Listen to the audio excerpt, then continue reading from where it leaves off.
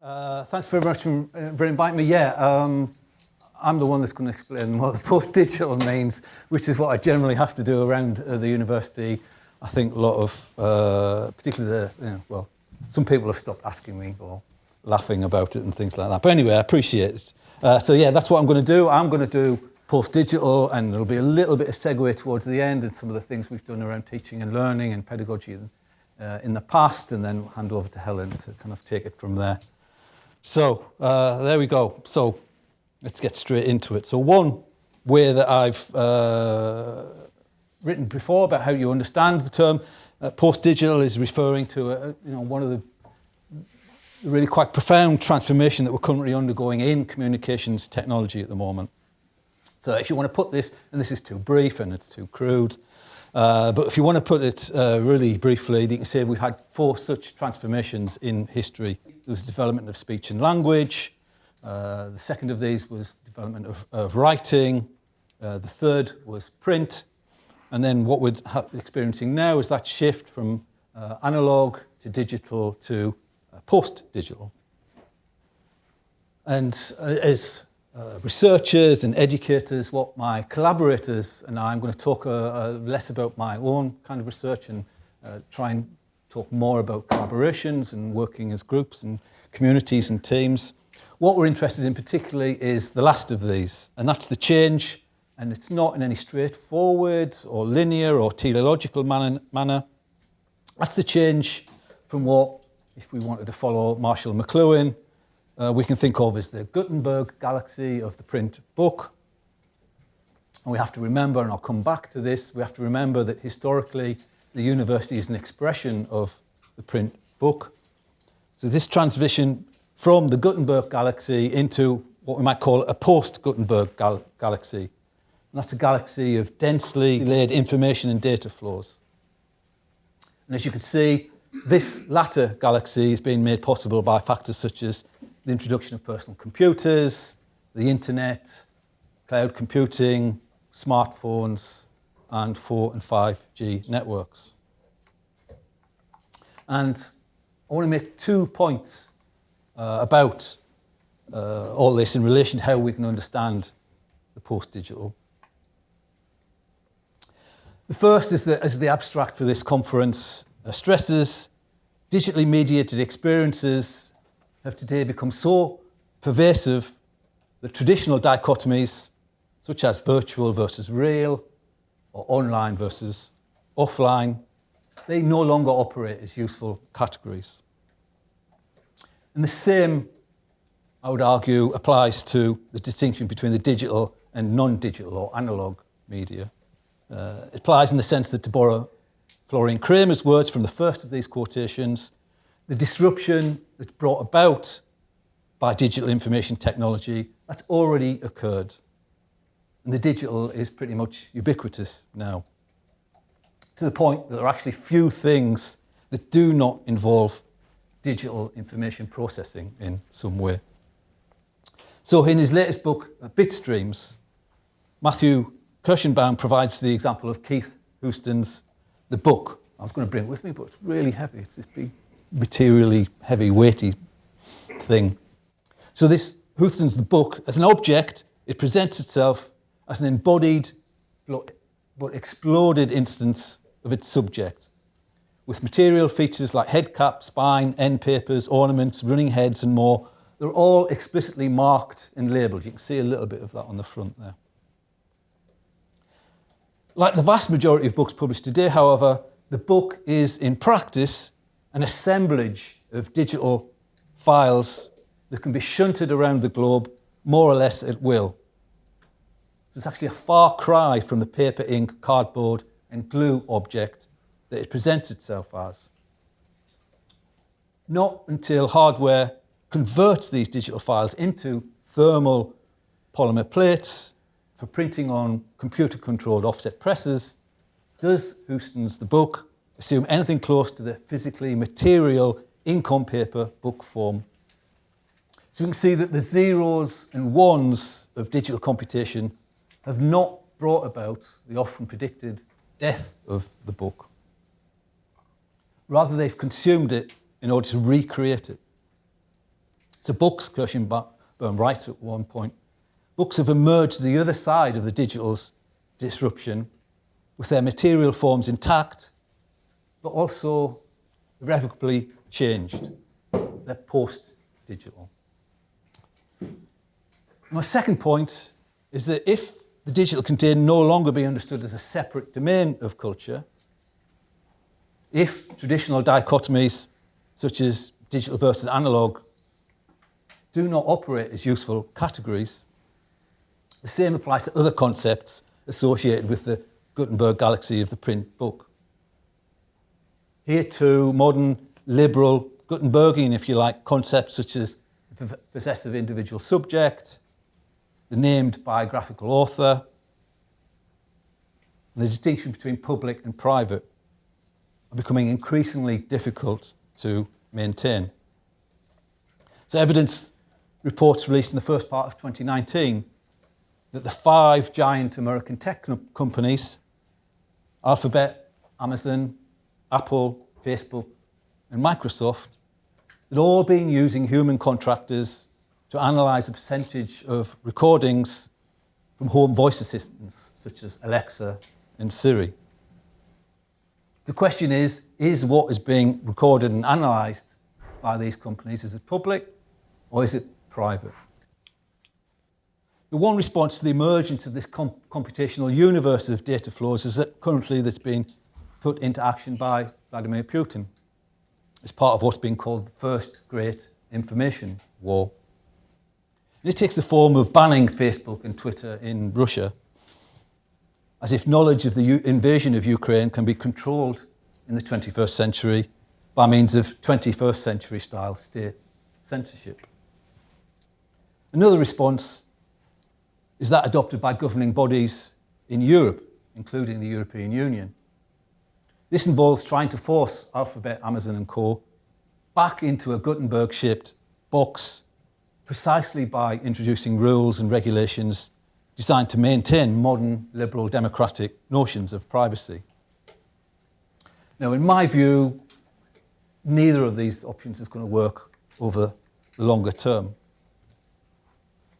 The more interesting questions are therefore as follows. If, in the words of this conference, the traditional modern liberal concepts and categories, digital and analog, virtual and real, public and private, textual and material, if they're today no longer useful, do we need to call forth new concepts and categories to replace them? And if this applies to those Western, Eurocentric, liberal humanist dichotomies on which the university and its teaching and learning have traditionally been based, does it apply to others too? For example, those between human and non-human, as you can see here. Subject and object, mind and body, masculine and feminine, culture and nature, living and non-living. Is this one explanation why the language of post-humanist thought, terms such as relational and entanglement and enmeshed, why they've become so dominant within much of the contemporary critical humanities? Okay, so that's a brief introduction to the post-digital. 3 aspects of this that my collaborators and I, both inside and outside the Centre for Post-Digital Cultures, there's 3 that we're interested in exploring in particular. I wasn't sure about whether to go for the serious one or the slightly amusing one with this slide, so I've gone for the slightly amusing one, but there'll be more serious stuff happening a bit later. The first thing we're interested in studying is the new era technology that's helping to generate such changes. So computers, the internet, AI and algorithmic culture, as well as the immersive media that's going to be part of the session for this afternoon, as well as, of course, the concern with gamification and the metaverse and video conferencing platforms such as Zoom of Sylvester and his colleagues. No doubt in the future, if some of us haven't already, we'll be turning even more of our attention to phenomena like blockchains, crypto and NFTs, as you can see here. I mean, even John Turry's in NFTs, so, we can't have him be more cutting edge than us. In his essay, it's contained at the back of this book, an essay called The Discrete Image. The philosopher Bernard Stiegler remarks that a change or development in technology suspends or calls into question a situation which previously seemed stable. And this brings us to the second aspect of all this that we're interested in. And that's the way in which changes in media technology often go along with periods of great social and political instability. It's kind of written elsewhere or noted elsewhere that print was at the heart of the Protestant Reformation in the 16th century, which broke the religious monopoly of the Catholic Church. Today, as we know, we've had a whole series of changes. The financial crash of 2008, the rise of the anti-liberal authoritarian populism of Donald Trump in the United States, Jair Bolsonaro in Brazil, Boris Johnson here in UK, AMLO in Mexico, Viktor Orban in Hungary, Narendra Modi in India, Marine Le Pen in France just at the moment. The list kind of goes on. We've also had, as we know, Brexit. So mentioned the COVID-19 pandemic, itself brought about in part by the interconnectivity of global capitalism in terms of travel, trade, tourism, migration, the labour market and supply chains, all of which depend on post-digital information processing. And, sadly, most recently, the war in Ukraine, brought about by another anti-liberal authoritarian. And all of them, in their different ways, have seen our current period of transformation to a computational universe of high-volume waves of mediation. They've all seen that as a chance to destabilise the old rules-based political system of the liberal and neoliberal establishments. And it's an opportunity to generate, new highly profitable business opportunities in the case of Trump and Johnson, new political powers in that of Orban, and a bit of both in the case of Putin. So to engage effectively and ethically with the current social and technical ecosystem, as the conference's abstract has it, we need to understand the way in which the changes in our media technology and current socio-technical environment are related to such political and social instability too. Finally, the third aspect of all this that my collaborators and I are interested in is how we might use the disruption brought about by that shift from analogue to post-digital culture. And we might use it as an opportunity to spend our normal ways of being and doing and call into question that which might otherwise have seemed stable and beyond question, albeit we're doing it in a very different way than Trump and Johnson and Orban and co. And in this respect, we're making a similar argument to that of a number of techno-geneticists. The accepted argument by which most of us operate is that the ideas contained in the text that we read and we write and teach are distinct from the material forms that these texts take as physical, sensory, spatial objects. The technogeneticists such as Stiegler and Catherine Hales here, however, if the material nature and forms of the media with which ideas are created and communicated, if they undergo a transformation over time, as we've seen from speech and language to writing and the pen to the printed book, the voltage differentials of the bit stream, if those material forms change, then so do the nature and forms of our ideas themselves. For them, it's not just that the medium changes, but our ideas, say of teaching and learning, they don't change. If that were the case, all we need to do is just update our skills a little bit so we could be digi-literate and have the same kind of ideas we've always had, only in a fashion that's fluent in the new medium. Digital literature, digital humanities, whatever we want to call it. For technogeneticists, however, if the medium changes, then so do our ideas. So it matters what matters we used to think other matters with. As Donna Haraway emphasises in Staying with the Trouble. The novelist Ali Smith is recently asked whether writers are going to respond to the social and political changes that have accompanied recent changes in technology, financial crash, election of Trump, Brexit, pandemic, war in Ukraine. Are they going to respond with new novels? And Smith refers to Isabel Weidner's Goldsmiths Prize-winning Sterling Carat Gold as a truly great novel of our time in this respect. Isabel's going to come and speak to us in the Centre for Post-Digital Cultures soon. Or will such changes lead to a new mode of expression being produced, kind of leave the novel behind? And this is also a question we're asking in our work. We want to take the opportunity that's created by the change from one form of technology to another, analogue to digital to post-digital, to call into question a situation which previously seemed stable by interrogating common sense norms and ideas. Firstly, about how we create, publish and disseminate our work as academics and researchers. And we're doing this most obviously in our interest in open access, post-publishing, pirate philosophy.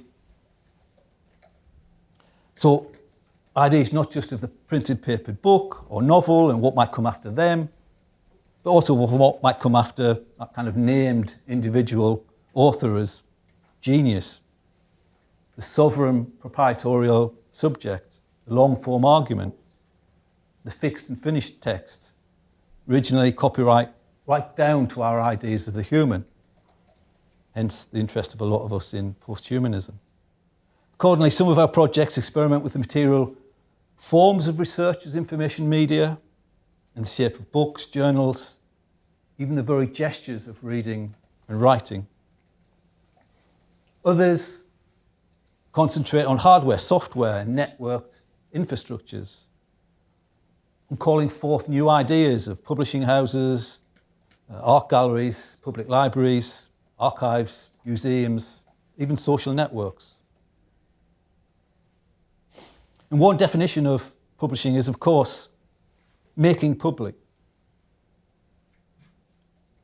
And we understand this in the sense of both making something available to the public, but also of actually creating or calling forth a public.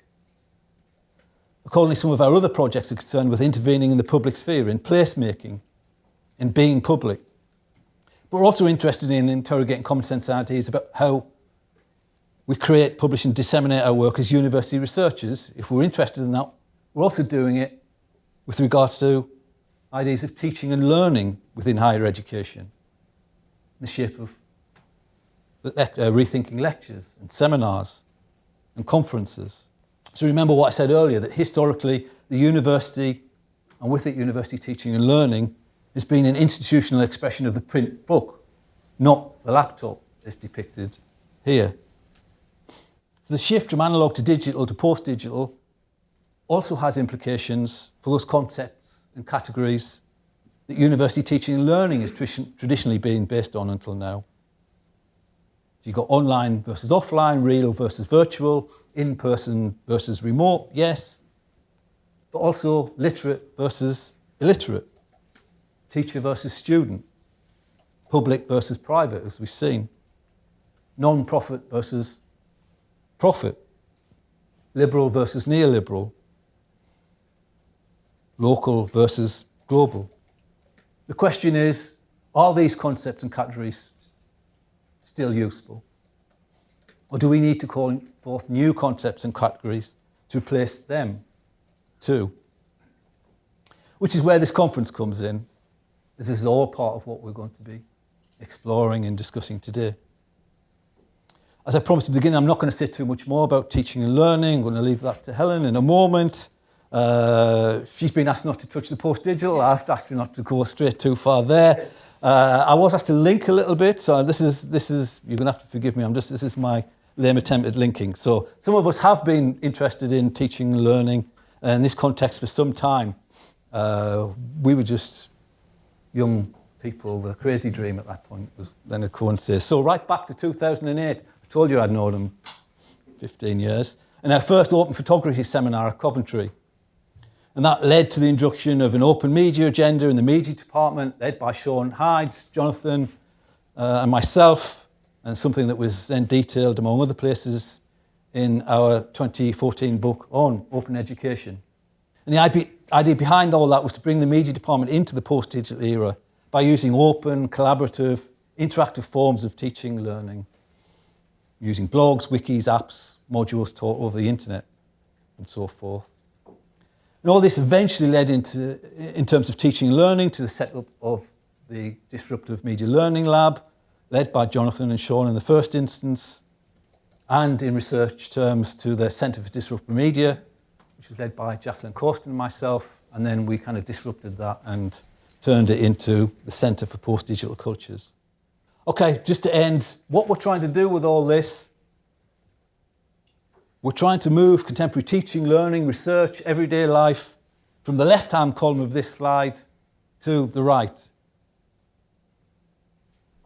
That's kind of what we're doing. And I realise that some people are going to say, well, this is all very difficult and abstract, especially when it comes to pedagogy. However, this is part of the problem that we're trying to highlight and creatively disrupt.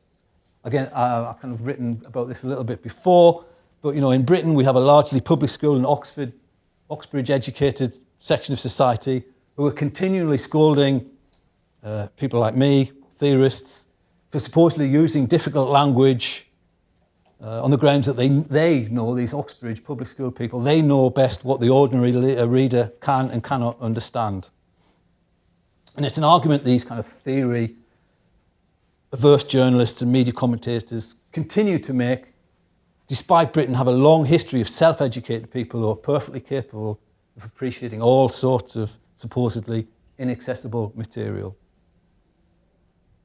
So what this elite educated minority are really doing, with their repeated attacks on such ideas, of course, is protecting themselves and their own liberal humanist privilege from being radically questioned and changed.